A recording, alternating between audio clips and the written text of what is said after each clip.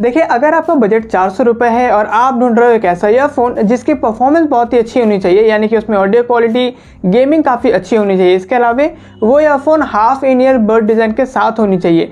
ऐसे में आज के इस वीडियो में हम करने वाले हैं बोट बेसिट्स 104 वर्सेस बोट बेसिट्स 105 ईयरफोन के बीच में कंपैरिजन। ये दोनों ईयरफोन्स की जो बड्स है आपको half in ear bud design के साथ देखने के लिए मिलती है और दोनों की जो प्राइसिंग है वो भी सेम है, मतलब 299 से 399 के प्राइस पॉइंट पर आपको ये दोनों ईयरफोन्स देखने के लिए मिलते हैं। अब चलिए दोस्तों, इस वीडियो को शुरू करते हैं। उससे पहले एक छोटा सा रिक्वेस्ट, इस वीडियो को एंड तक देखना और अगर आपको अच्छा लगता है, अगर मैं डिजर्व करूं तो प्लीज़ एक लाइक और सब्सक्राइब कर देना। चलिए शुरू करते हैं। तो सबसे पहले बात करते हैं बिल्ड क्वालिटी की और शुरुआत करते हैं इन दोनों के ऑडियो जैक से।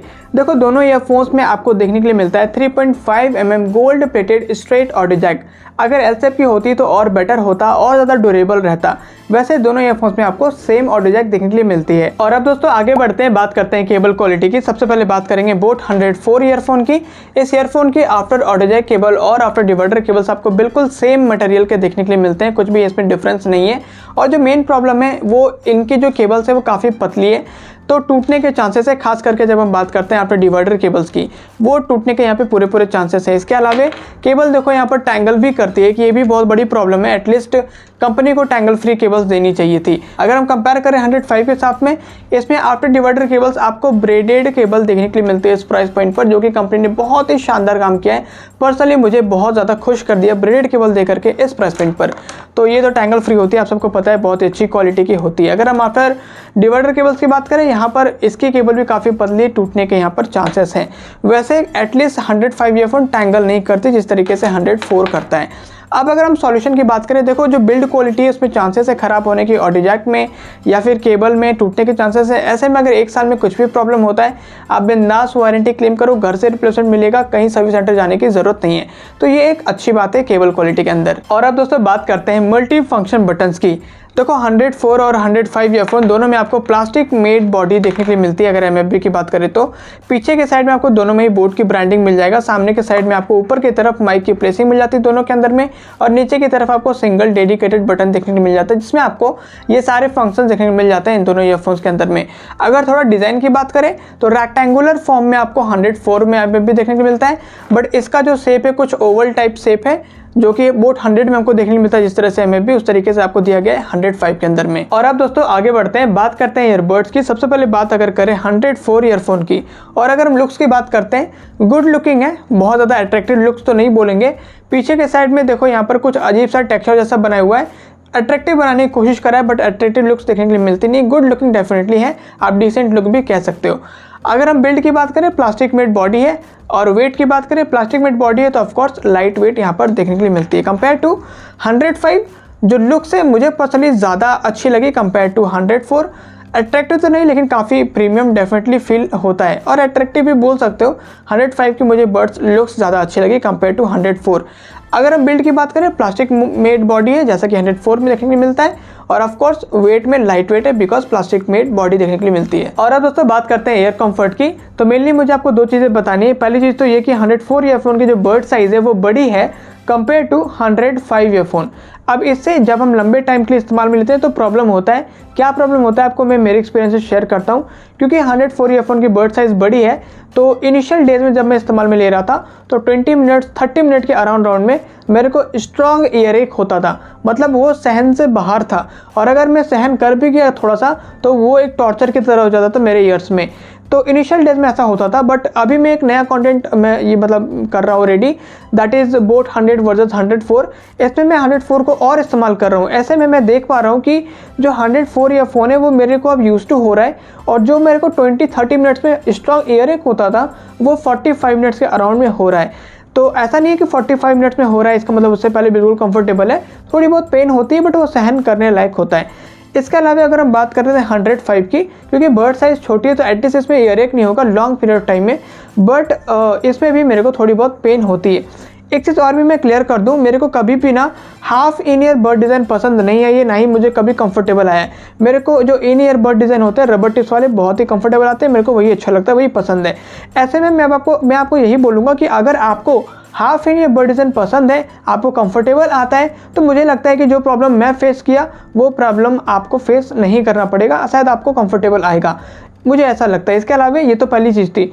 दूसरी चीज़ मैं आपको बताना चाहता हूँ, जो 105 ईयरफोन है इसमें आप देख सकते हो जो हैंडल है काफ़ी लंबी से दी गई है, जो कि आपको 104 में देखने के लिए नहीं मिलता है। अब इससे होता है ना, हैंडल को पकड़ करके काफ़ी ईजिली हम अपने ईयर्स में इसको फिट कर पाते हैं, तो ईजी टू वियर होता है 105 ईयरफोन की बड्स। बट जब हम 104 की बात करें, क्योंकि हैंडल नहीं है तो पूरे बर्ड्स को पकड़ना पड़ता है। ऑलरेडी ये half in year bird design है भाई, कान के अंदर पूरा जाएगा तो उसको फिट करने में थोड़ा सा डिफ़िकल्टीज होती है यहाँ पर, ठीक है।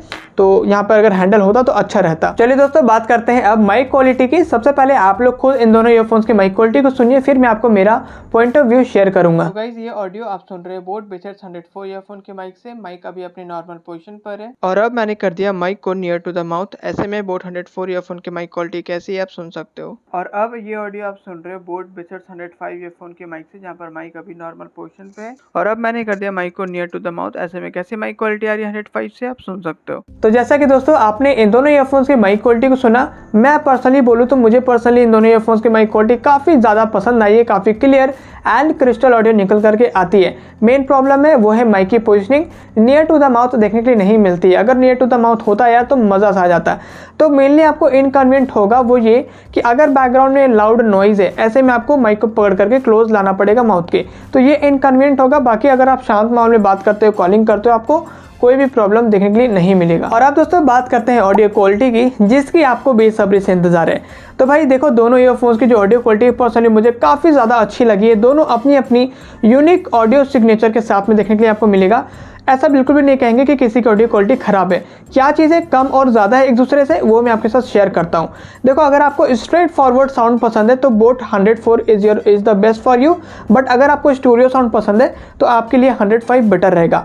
आपको अगर पंची बेस चाहिए 104 ले लो, लेकिन अगर आपको पंची बेस तो नहीं बट आप बोलो कि डीप एक्स्ट्रा बेस आपको चाहिए तो 105 आपके लिए बेटर रहेगा।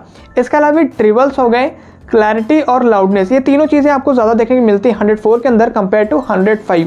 अब अगेन मैं बिल्कुल भी ये मत समझना कि 105 में नहीं है बट कंपेरेटिवली 104 में ज़्यादा देखने को मिलती है। अगर हम वोकल्स की बात करें, अब देखो यहाँ पर थोड़ा सा लॉजिक समझना, ठीक है।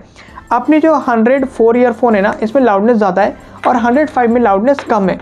अब इसमें जब आप दोनों ईयरफोन्स को मान लो कि 50-50% के वॉल्यूम पे सुन रहे हो तो आपको वोकल्स कम लगेंगे 105 में, बिकॉज लाउडनेस कम है।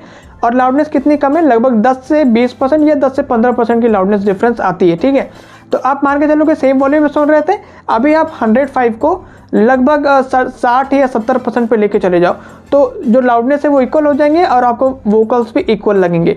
तो मेनली वोकल्स में डिफरेंस नहीं है, लाउडनेस की वजह से वोकल्स अफेक्ट होते हैं इन दोनों ईयरफोन्स में, स्पेशली बात करें तो 105 में। तो दोस्तों ये है इन दोनों ईयरफोन्स की ऑडियो क्वालिटी जो मैंने अभी आपको समझा दिया। अगर आप फिर भी मुझे बोलोगे कि किसी एक को सजेस्ट करूं मैं आप लोगों को कि कौन सा आपको बाय करना चाहिए, तो मैं बिल्कुल भी नहीं करने वाला, बिकॉज जैसा कि मैंने बोला कि दोनों अपनी अपनी यूनिक सिग्नेचर साउंड के साथ आती है। तो कौन सी अच्छी है आपके लिए मुझे कैसे पता चलेगा। बट हाँ, मैं ये जरूर बता देता हूँ कि मैं कौन सा बाय करता। मैं बोट 104 बाय करूँगा, बिकॉज मुझे स्टूडियो साउंड से ज़्यादा स्ट्रेट फॉरवर्ड साउंड पसंद है, तो मैं 104 लूँगा। तो इस तरीके से आप देखो कि आपको किस तरह की साउंड क्वालिटी चाहिए एंड उसके बाद अपने अकॉर्डिंग आप किसी एक को सिलेक्ट कर लो। और अब दोस्तों फाइनली बात करते हैं गेमिंग एक्सपीरियंस की। मुझे पर्सनली इन दोनों ईयरफोन्स की गेमिंग एक्सपीरियंस बहुत ही अच्छी लगी है।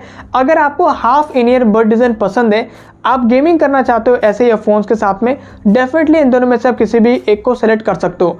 एक छोटी सी डिफरेंस जो आती है बोट 104 की क्योंकि लाउडनेस ज़्यादा है और 105 की क्योंकि लाउडनेस कम है, इसके वजह से थोड़ा सा गेमिंग एक्सपीरियंस आपको कम लगेगा 105 के अंदर कंपेयर टू 104।